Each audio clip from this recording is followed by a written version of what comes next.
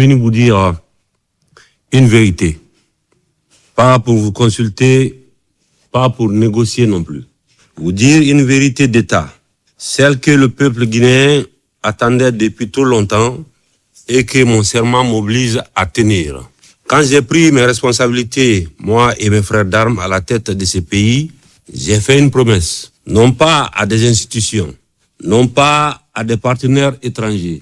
J'ai fait une promesse au peuple souverain de Guinée, à cette femme de Sigiri qui vit dans la poussière d'or de son propre sous-sol, à ce jeune homme de Kerouani qui regarde des camions chargés passer devant lui chaque matin sans que sa vie n'en soit changée.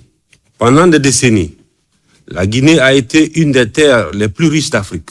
Et pourtant, malheureusement, elle a figuré sur la liste des nations les plus pauvres du monde. Ce paradoxe n'est pas une fatalité, c'est une injustice, selon moi.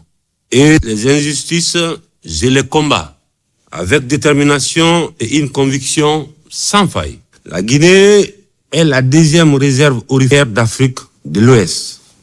Son or quitte son sous-sol chaque jour à l'état brut, chargé dans les camions, emporté vers les raffineries du monde entier, étranger pour être transformé ailleurs, certifié ailleurs, vendu ailleurs et toujours ailleurs.